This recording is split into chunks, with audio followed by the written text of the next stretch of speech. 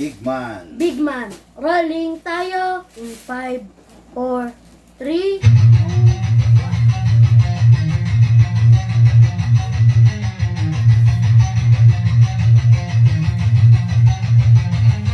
Magsatabi sa daan, huwag kang babangga. Papasok si Big Man, may dala na banda. Minsan siniraan, pero di pinansin. Toxic vibes, bro, di yan sa amin. Nagka-problema, bumangon pa rin. Laban lang ka, hindi lang saglit. Dito sa Big Man, solid ang galawan. Tunay na negosyo, hindi lang yabangan. Customer namin laging satisfied. Airsoft gear, legit certified. Service ay tunay, hindi panay post. Kahit saan ka magpunta, kami ang host. Big Man, walang katulad. Gamit ay legit, laging panalo pag sukat. Sniper o pistol, lahat ay fire. Kami ang top airsoft provider. Big Man, walang katulad. Gamit ay legit, laging pagkamantin siya. Laging may bago, laging legit. Big Man rules, wag kang bitter, kid. Big Man, walang katulad. Gamit ay legit, laging panalo pag sukat. Sniper o pistol, lahat ay fire. Kami ang top airsoft provider. Kalat ang inggit, pero hindi sila makalapit. Try to copy, pero fail ang gamit. Boom, boom, pow, pag nagpaputok, parang Pit Viper. Di ka malipat ng dog, kasi sila makalapit. Try to copy, pero fail ang gamit. Boom, boom, pow, pag nagpaputok, parang Pit Viper. Di kami patok-tok. Customer happy, service tight. Walang scammer, we do it right. Lift your game up, don't be a joke.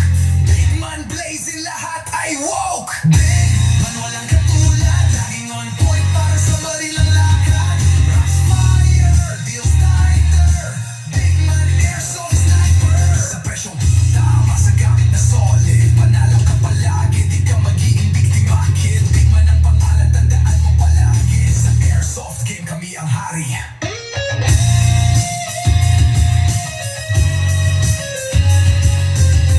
Big Man, di mo kaya tapatan. Walang gaya-gaya, panalo palagi. Kaya sa Big Man, siguradong real ka bossing.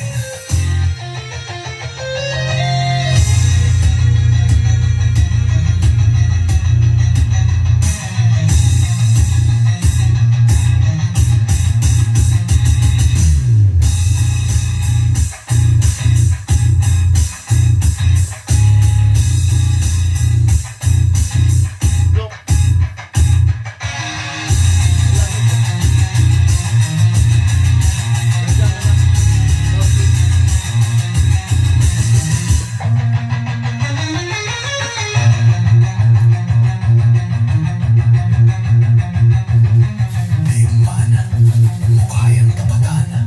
Walang gaya-gaya, panalo palagi. Kaya sa Big Man, siguradong real ka, bossing. Wala na.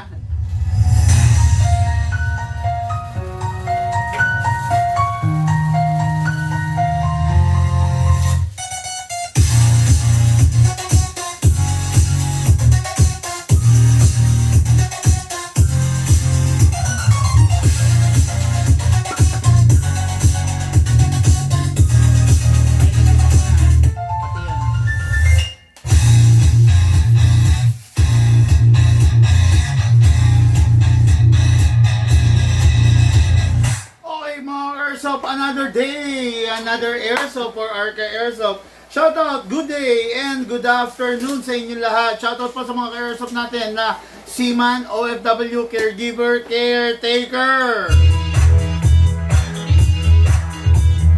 Hello, shoutout po sa mga Airsoft natin from different province. Shoutout sa mga Airsoft natin from different location dito sa ating bansa.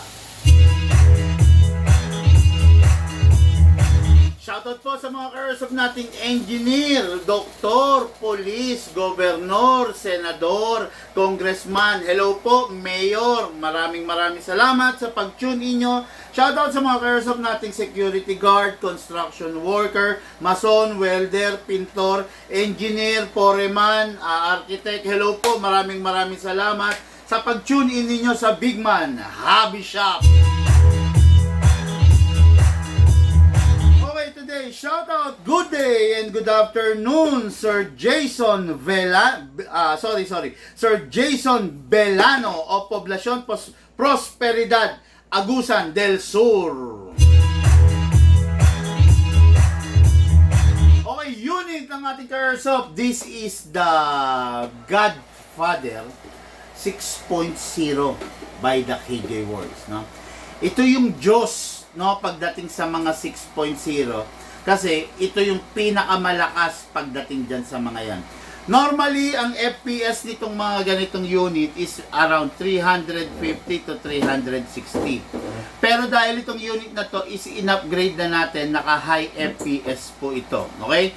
Naka-high FPS, naka-upgrade, kaya sigurado tayo na maganda yung ibubuga nito. Okay?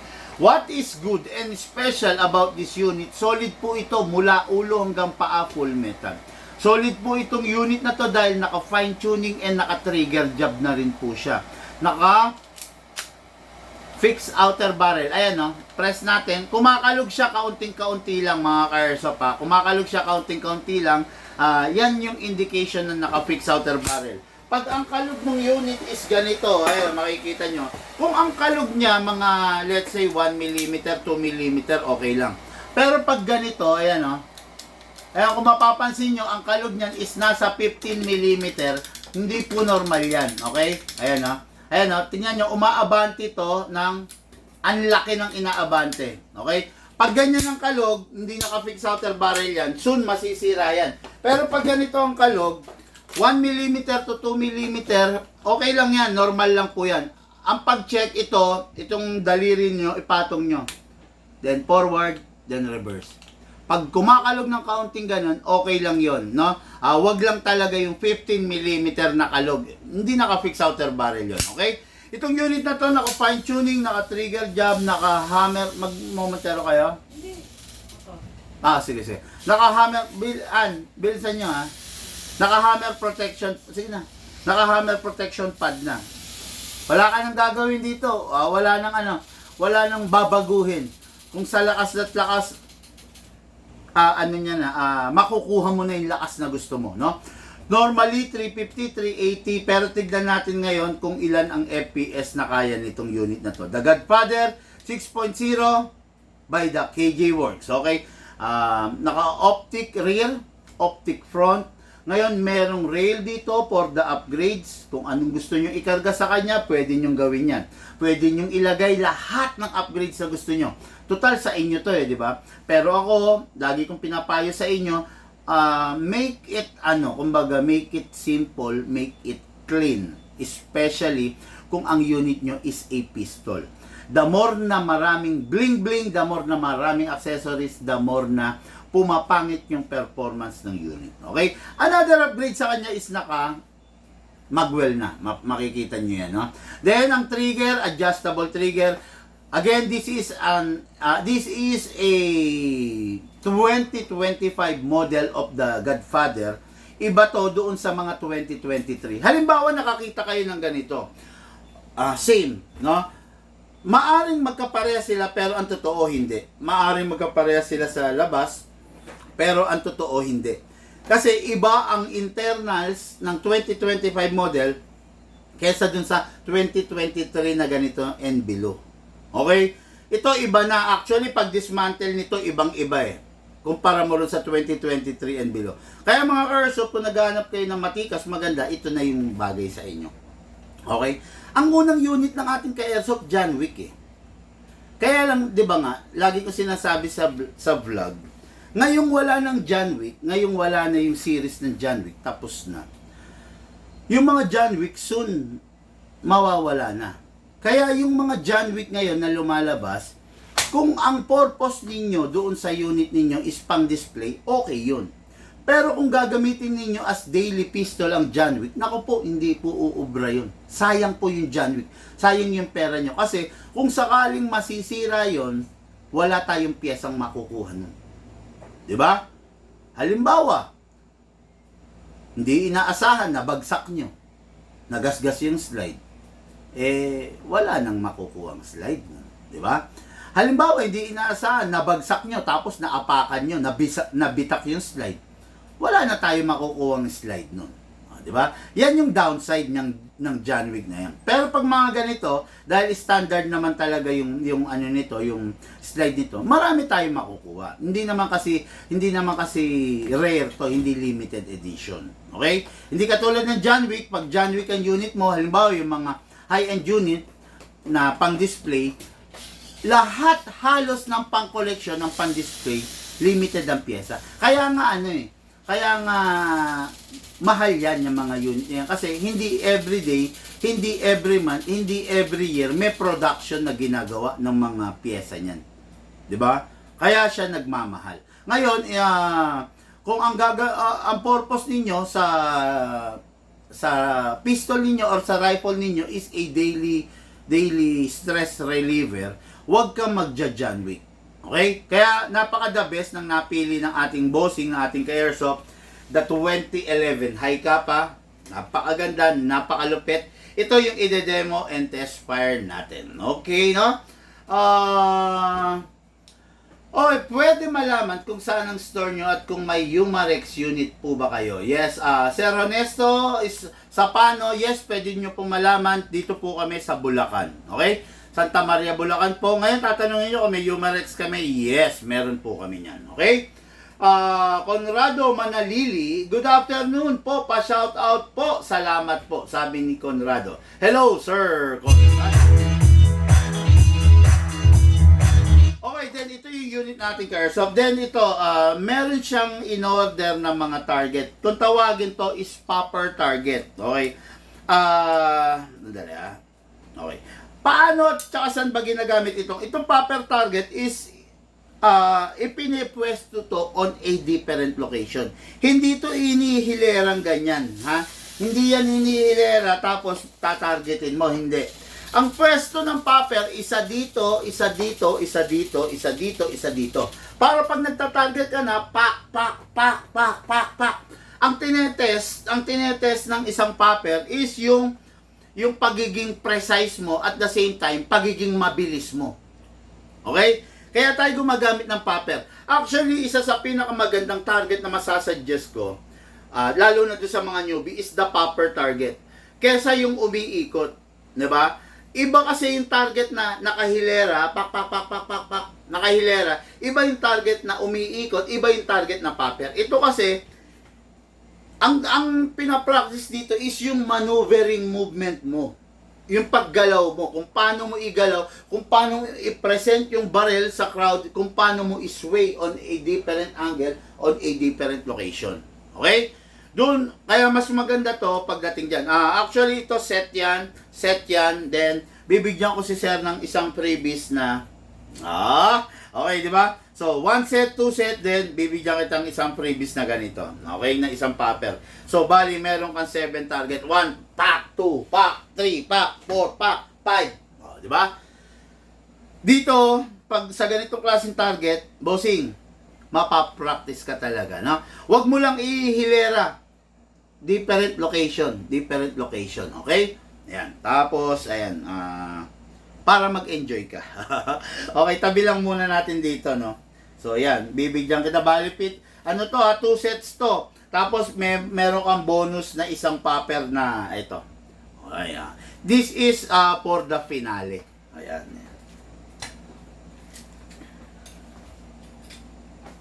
Okay, so, dire-diretso po tayo para sa ating ka-airsoft, no? Hello.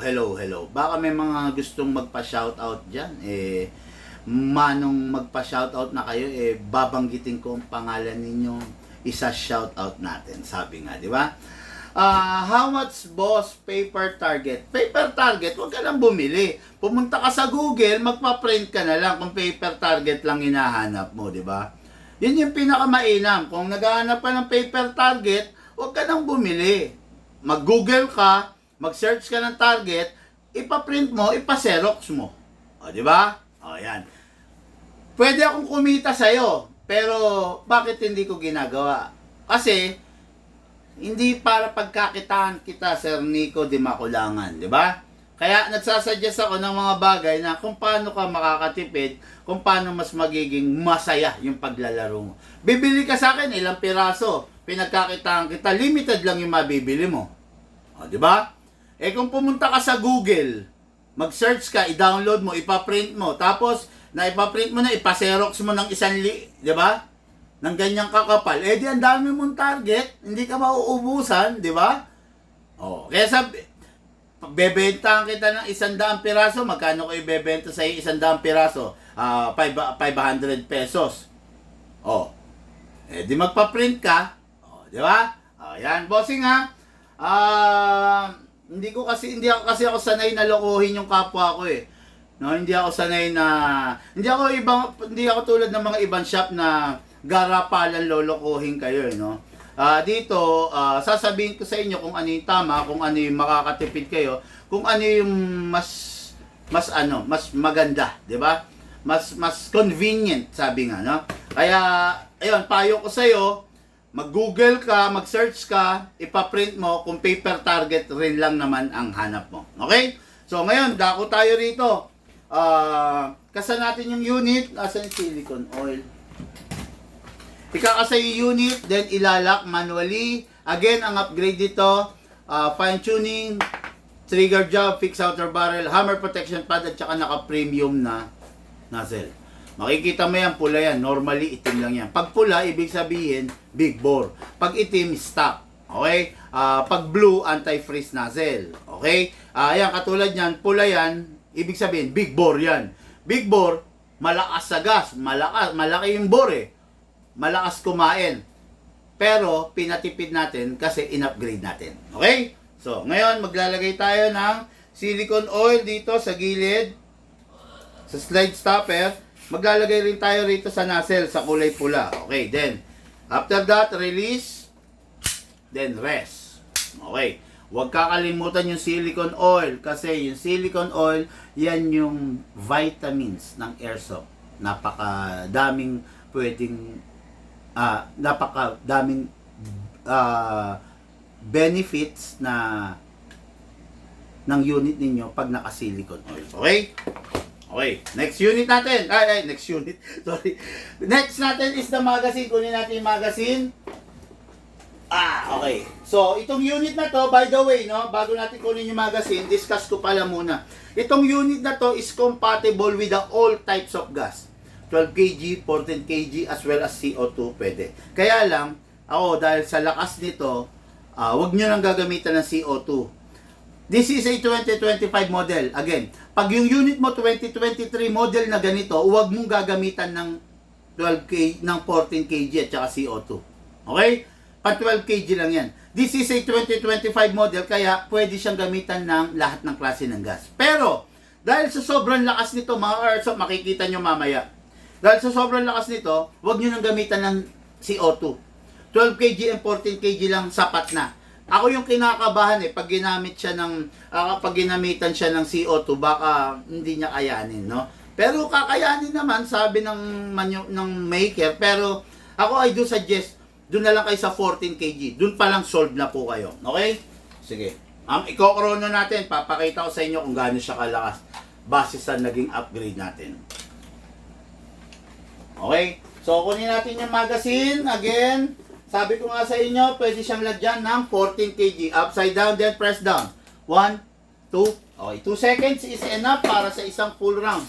Ngayon, lalagyan natin siya ng 0.20 kasi pang chrono.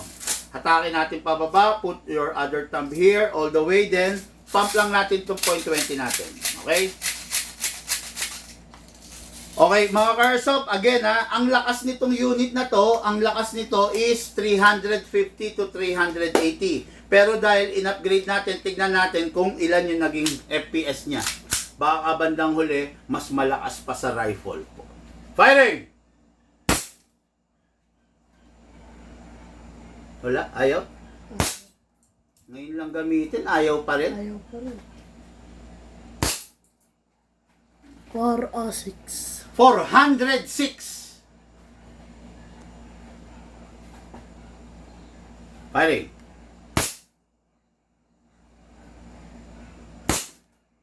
470. 400. Ilan? 470. 470. Firing. 480. 475. 475. Grabe. Wala. 499. Okay na. Video. Pero ang cellphone mo.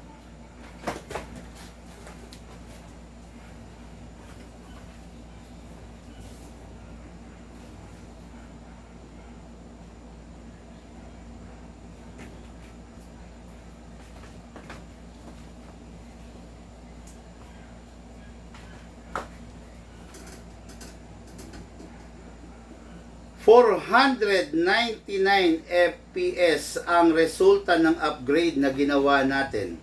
The Godfather 6.0 by the KJ Works, the KP06. Grabing upgrade yan, 499 FPS. Mas malakas pa sa kahit anong rifle na nakikita nyo sa ating paligid. 499 FPS. O, di ba mga airsoft? Nakita nyo, 499, isa pa. 499 FPS. Wala na tayong masasabi dyan. Wala? Sorry, nagloloko lang yung corona natin. 478. Magkano? 478. 478, oh, di ba? Yan ang lakas ng The Godfather, okay? Kaya hindi kayo magsisisi rito. Normally 350, pero dahil nga naka big bore to, malakas, tapos inimprove pa natin dahil na i-fine tuning natin ang trigger job. Okay? Wala kayong makikitang unit na ganito kalakas na kung sa iba binili. Dito nyo lang makikita sa Big Man yung ganito kalalakas na unit. Kasi ina-upgrade natin base na rin doon sa kakayanan ng unit. Okay? Firing po tayo. Firing! Open slide kasi wala ng bala. Next thing to do, release the magazine, then release the slide, then rest the hammer by pressing the trigger. Ngayon, lagyan natin ng .30 para malaman natin yung tindi nung sakit niya. Okay? Yung tindi nung hapde. Naglagay tayo kanina 22 rounds. Ngayon, lagay tayo, punuin, dagan ulit natin. Okay, ayan, kita nyo, puno pasok. Pasa. Ready to fire. Okay, firing ulit natin. Firing!